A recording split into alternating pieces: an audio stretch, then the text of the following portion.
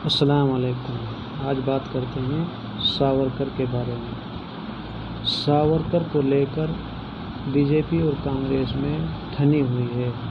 BJP और RSS और उनके समर्थक सावरकर को वीर सावरकर कहते हैं, जबकि कांग्रेस उन्हें माफ़ी वीर कहती है। ये देखते हैं बीबीसी की छपी हुई एक रिपोर्ट 6 फरवरी 2020 की है। इसमें ये क्या कहते हैं बीजेपी वाला।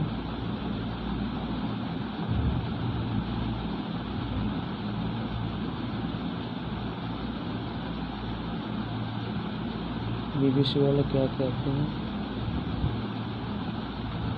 अंग्रेजों से समझौता।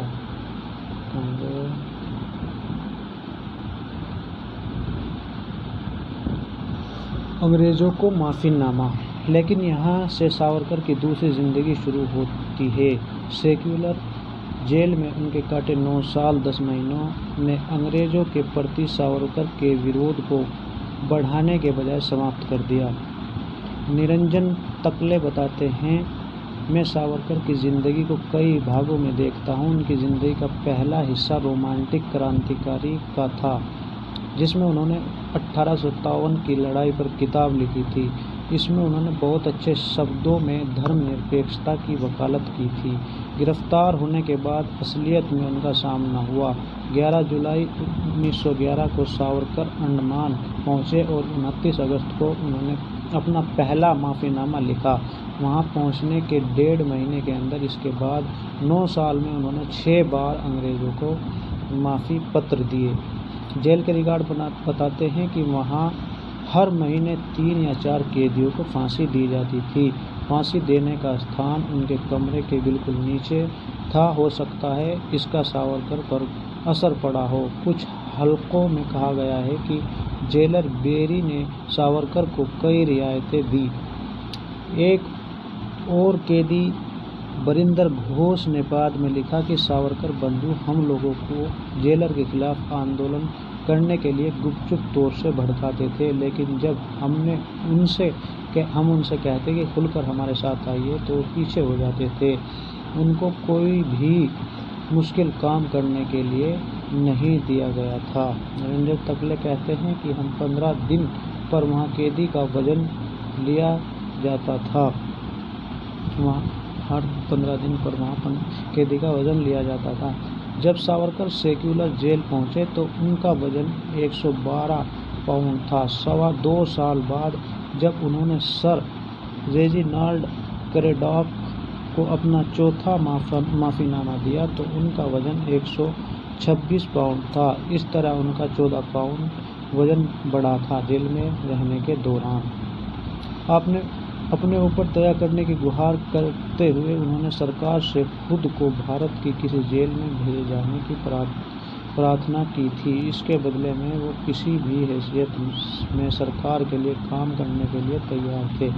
सावरकर ने यह भी कहा था कि अंग्रेज़ों द्वारा उठाए गए कदमों से उनकी संवैधानिक व्यवस्था में आस्था पैदा हुई है और उन्होंने अब हिंसा का रास्ता छोड़ दिया है। शायद इसी का परिणाम था कि काला पानी की सज़ा काटते हुए सावरकर को 30 और 31 मई 1919 को अपनी पत्नी और छोटे भाई से मिलने की इजाज़त दी गई थी। तो इसमें ये कह रहे हैं कि गिरफ्तार होने के बाद 11 जुलाई 1911 को सावरकर अंडमान पहुँचे। 29 अगस्त को उन्होंने अपना पहला माफ़ीनामा लिखा और वहाँ पहुँचने के 1.5 महीने के अंदर इसके बाद 9 सालों में उन्होंने 6 बार अंग्रेज़ों को माफ़ी पत्र दिए, यानी कि 6 बार माफ़ीनामे का जिक्र कर रहा है बीबीसी हिंदी। और जबकि भगत सिंह के बारे में ये सुनते हैं कि उन्होंने माफ़ीनामा नहीं बल्कि फांसी मांगी थी, उन्होंने फांसी दे दी थी। पहले हम लोगों ने बीबीसी हिंदी की रिपोर्ट पढ़ी है और अब पढ़ते हैं भारतवर्ष। ये है TV 9 भारतवर्ष की रिपोर्ट। तो इसमें ये लिख रहे हैं, ये क्या मीडिया ही पागल बना रही है लोगों को।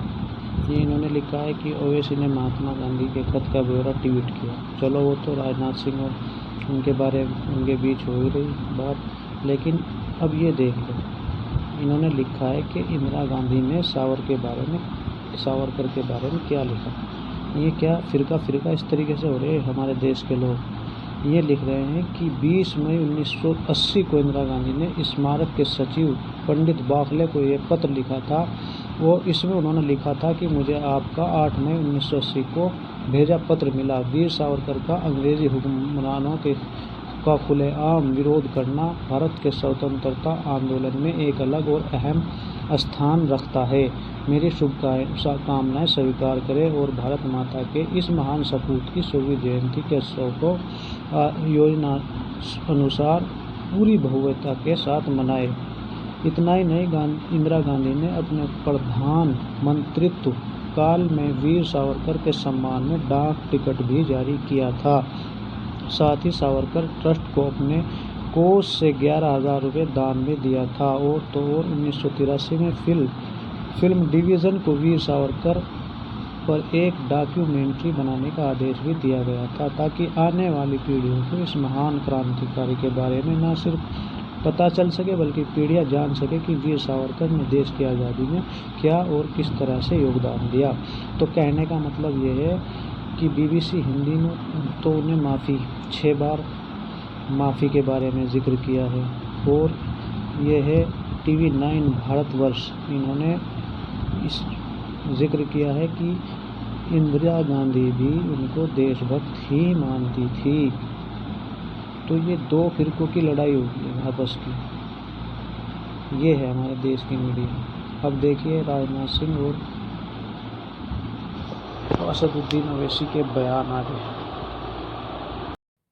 और सावरकर के खिलाफ झूठ फैलाया गया।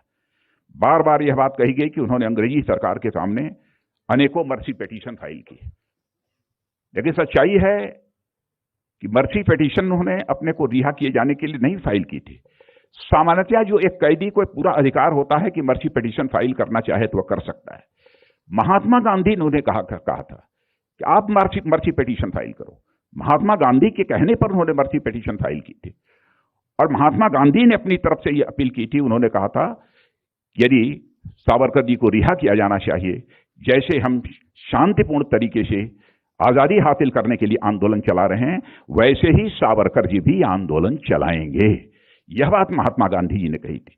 लेकिन उनको बदनाम करने के लिए इस प्रकार की कोशिश की जाती है कि मर्सी पिटीशन फाइल की थी, उन्होंने क्षमा याचना मांगी थी, अपनी रिहाई की बात कही थी। यह सब सारी बातें बेबुनियाद और गलत हैं। देखिए, राजनाथ सिंह यकीनन बीजेपी से उनका ताल्लुक है, संघ से उनका ताल्लुक रहा है और अभी भी है, मगर वो उनका जो एक परसेप्शन है अपोजिशन लीडर में कि भाई तो थोड़ा सुलझावा ठाकुर लीडर है ये, मगर अब तो झूठ बोल दिए, अब तो सुलझी भी बात नहीं कर रहे। महात्मा गांधी तो ये कहते थे कि जेल को जाना एक नॉन वायलेंट का रास्ता है, जेल को जाना। और वो शख्स माफीनामा लिखता है अंग्रेजों के लिए, अंग्रेजों से माफीनामा लिखते सावरकर। दूसरे क्यों नहीं लिखे जो काला पानी में थे? काला पानी में जाने के 8 महीने के अंदर सावरकर माफीनामा लिख दिए। तो राजनाथ सिंह इतनी झूठ क्यों बोल रहे हैं? इनके इस बयान के बाद तो उनको कोई सुलझावा नहीं मानेगा अभी। क्यों? हिस्टोरिकल फैक्ट है कि गांधी बोलते जेल जाओ, जेल भरो, और आप कह रहे हैं गांधी को से जोड़ रहे हैं। कहां कहां का गांधी बताइए ना आपने। कितना तोड़ मोड़ के झूठ बोलते रहेंगे लोग। सावरकर हिंदुत्व की आइडियोलॉजी में अपनी किताब में क्या लिखते हैं? फादरलैंड और होली लैंड। सावरकर की पूरी एक तारीख है, पूरा है ना। और फिर सावरकर महात्मा गांधी की हत्या में कॉम्प्लिसिट है, क्या उसको नहीं मानेंगे? अगर जस्टिस कपूर कमीशन की इंक्वायरी को नहीं मानते तो फिर मैं चैलेंज करूं आरएसएस को, बताएं कि पंडित दीनदयाल उपाध्याय की हत्या के बाद आपने कमीशन ऑफ इंक्वायरी मांगना था, चंद्रचूड़ कमीशन ऑफ इंक्वायरी बनी। तो ये इनका ये तो आंखों में धूल झोंकने के आदी हैं लोग, और ये समझते हैं कि इस तरह से कवर अप करेंगे, इस तरह से आदि सच और पूरा झूठ बोलेंगे तो देश एक्सेप्ट करना शुरू कर देगा। सबसे तकलीफदेह बात मुझे बहसीत पार्लियामेंटेरियन ये है कि पार्लियामेंट के सेंट्रल हॉल में एक तरफ महात्मा गांधी की फोटो है और उसके राइट ऑपोजिट सावरकर की फोटो है, जिसको जस्टिस जीवनलाल कपूर कमीशन ने कहा था। अच्छा, ट्रायल में उनको कोरॉबोरेशन एविडेंस नहीं था तो एक्विट कर दिए, मगर क्या आप तस्वीर लगाएंगे गांधी की तस्वीर के सामने? क्या बताना चाह रहे हैं? बताना यही चाह रहे हैं कि देश को मैसेज दे रही है आरएसएस और बीजेपी कि अनकरीब में एक वक्त आने वाला है कि बापू फादर ऑफ द नेशन नहीं रहेंगे, सावरकर बन जाएंगे।